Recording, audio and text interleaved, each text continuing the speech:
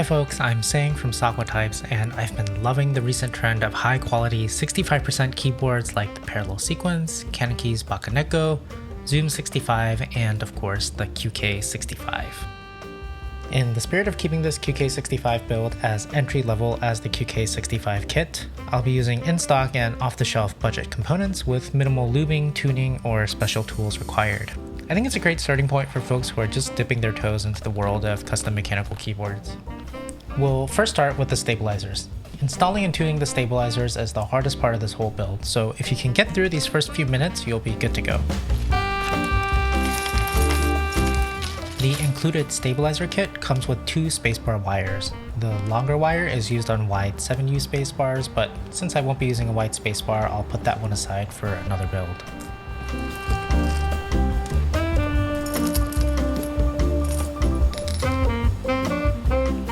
These plastic bits are referred to as the stabilizer housing, and these metal wires as the stabilizer wires.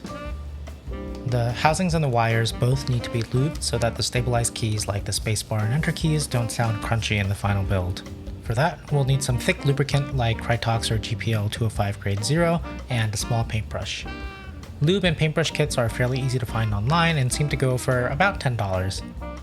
A little goes a long way with this stuff. Start by applying a very thin coat of lube to the inside of each housing. The housing should have an even, thin coat of lube and look a little cloudy but not opaque. Alright, with that done, I'll repeat this another 7 times for the remaining stabilizer housings.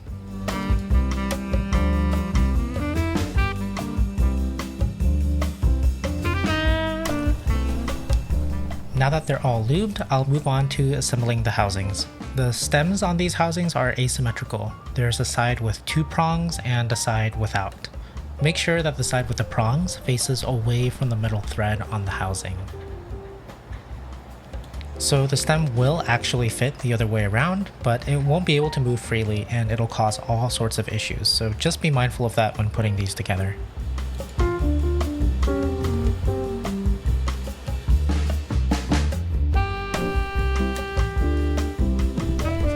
Now that I've got the housings together, I'll move on to the wires. Unlike the housings, I'm going to use a big glob of lube to grease the wire. This thick application of lube insulates the wire from the plastic housing and makes it less likely to rattle when a key is pressed. To assemble, I'll turn the wire so that it faces the same direction as the stem and insert it through the narrow slit on the opposite side of the screw thread. I'll grip the wire and housing between my thumb and index finger and pinch gently until it clicks into place. The leg should be able to move freely with the wire if it was installed correctly. Now I'll repeat this process for the rest of the stabilizers until I have 4 in total.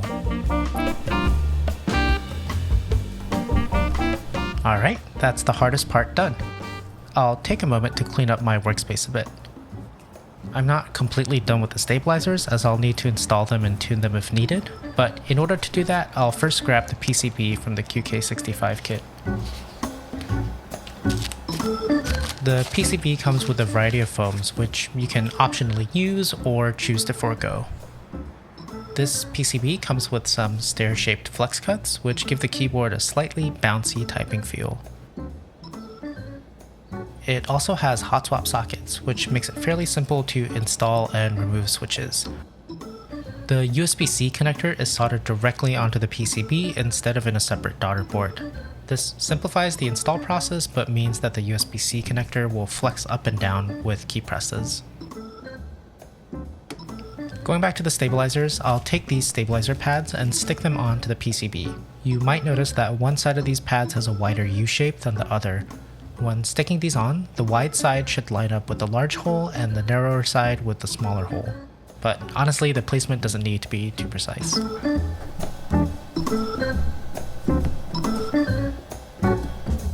These pads will help mitigate any minor imperfections on the bottom of the plastic housings so that the stabilizers can rest flat on the PCB.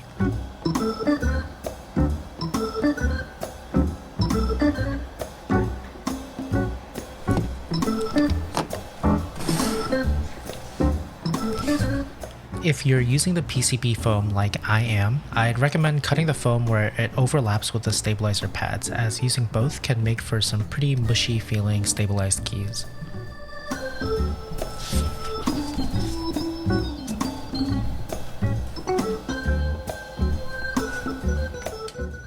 Okay, it's finally time to install the stabilizers. On each stabilizer housing, there's a small clip on the opposite side of the screw thread that clips into the larger hole on the PCB. Once the stabilizer is clipped in, I'll turn the PCB over and place one of these small O-ring washers on the PCB before screwing the housing into place.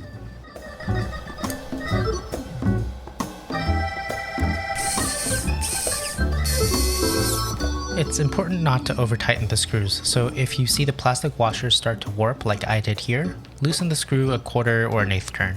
The stabilizers should be firmly held in place, but not so tightly that they start to bend and warp. Some folks might notice that I didn't balance the wires on these stabs, and that's because these wires are very brittle and tend to keep their shape as is from the factory.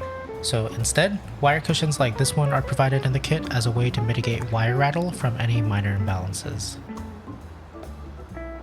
To be honest, I don't think the cushions make a huge difference on the smaller stabilizers, so I'll just use them on opposite ends of the spacebar. Okay, I'll now lay the plate foam over the PCB. Just like the PCB foam, the plate foam is completely optional and doesn't need to be used, but if you're not sure whether to use it, I would recommend trying it with foam first. Once the foam is in place, I'll install the plate and a few switches. I have the FR4 plate here, which has a lot of flex cuts and some nice gold detailing.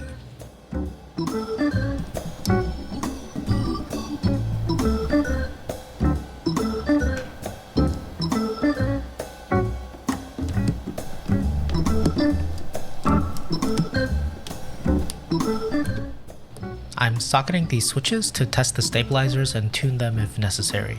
When tuning stabilizers, I'll listen for any high-pitched rattles or clicks that could be caused by the stabilizer wire rattling around in the housing.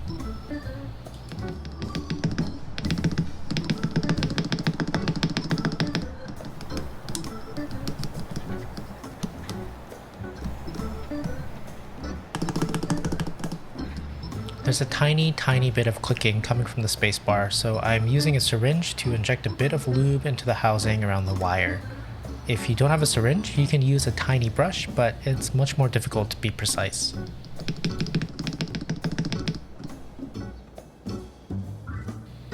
Okay, that's the hardest part done.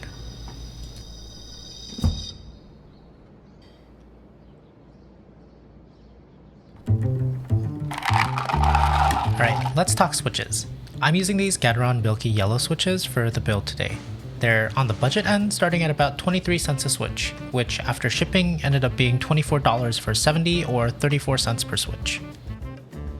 They're also widely available and usually in stock at many keyboard supply shops and even on Amazon with Prime shipping. There are a ton of great options out there for switches these days. There are so many incredible factory loop switches coming out lately, and if you know what you want, then that's great. But if you're just starting out and you're not sure what to get, I think these are great for a few reasons. 1, they're not too pricey. 2, they sound and feel quite nice out of the box. And 3, they completely change their character when lubed. Here's how the stock switch sounds. And I'll quickly lube one switch so you can hear how it sounds lubed.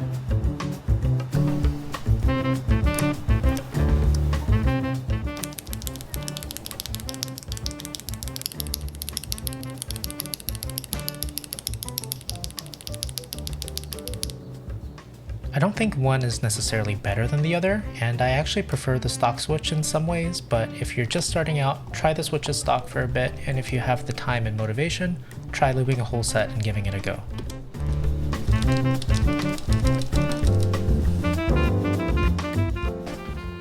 Alright, let's move on to the gasket socks. These cover the 4 tabs on the top and bottom of the plate and help insulate the switch assembly from the case. The kit includes 2 types of gasket socks, these white ones which are on the firmer side and these black ones which allow the plate to flex up and down. I'll be using the black socks on this build because personally I find softer keyboards more comfortable to type on.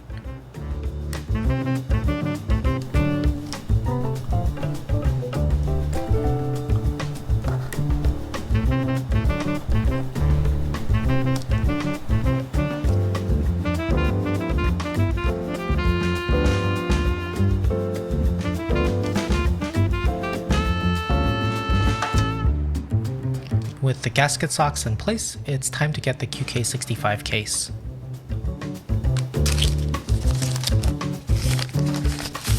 I have the E-white version with the chroma backplate. The case feels pretty hefty and the finish is very smooth and feels extremely luxurious. I'll unscrew the 4 screws on the bottom to remove the decorative backplate. Under that, there's another 8 screws holding the heavy steel chassis in place.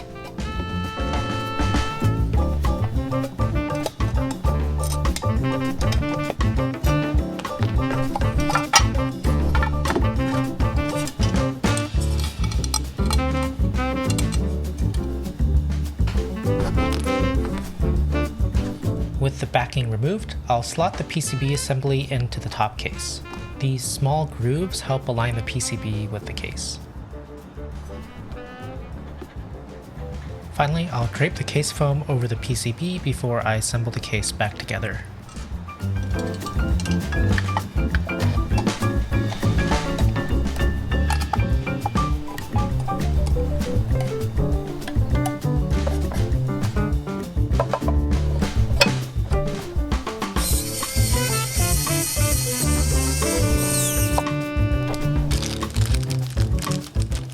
These case feet are pretty neat. They don't use a messy adhesive and instead pop into place over the screws.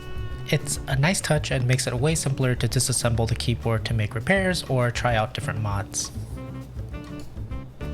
Alright, with the PCB assembly in the case, the last thing I need to do is install the keycaps.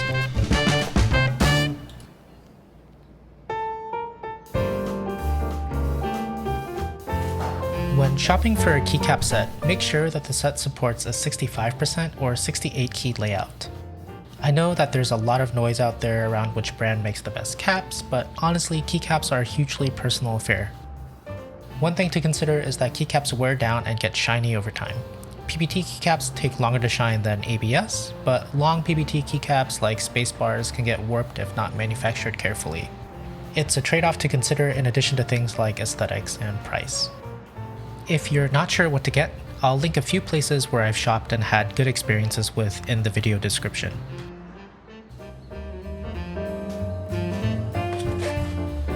For this particular build, I'll be using a set that I got on AliExpress for $27 including shipping. Sure, the keycaps aren't super thick and yeah, some of the legends are weirdly placed, but I like the overall look and vibe of this set. Plus, the white on these keys is pretty much identical to the E-white finish on the case, so that's a great bonus.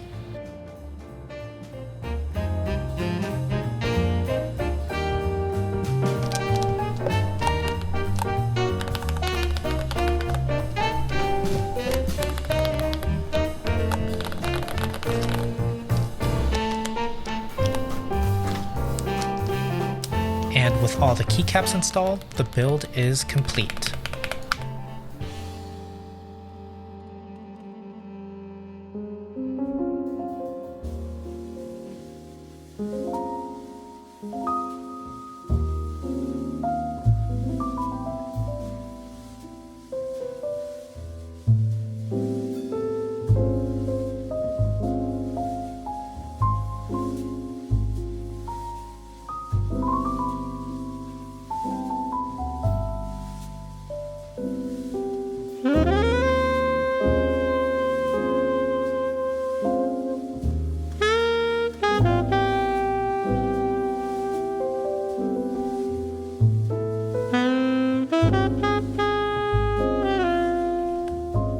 So I'm a big fan of the way this QK65 build turned out. The E-white color is a very nice muted warm white, and the finishing is very smooth and as far as I can tell, it's basically flawless. The iridescent backplate is quite heavy and has a nice matte finish that feels good to the touch. I especially like the side profile and the rounded edge on the back of the board. Even the keycaps actually look quite handsome for the price I paid. And speaking of price, with all the tools and parts put together, this build cost around $290. A full breakdown is available in the video description. While that's not anywhere near what I'd consider budget, it's the cheapest way there is to get a pre-built kit with the fit, finish, and quality of a top-end keyboard. With that, I'll leave you with a short typing test. Thank you so much for watching, and I hope to catch you next time.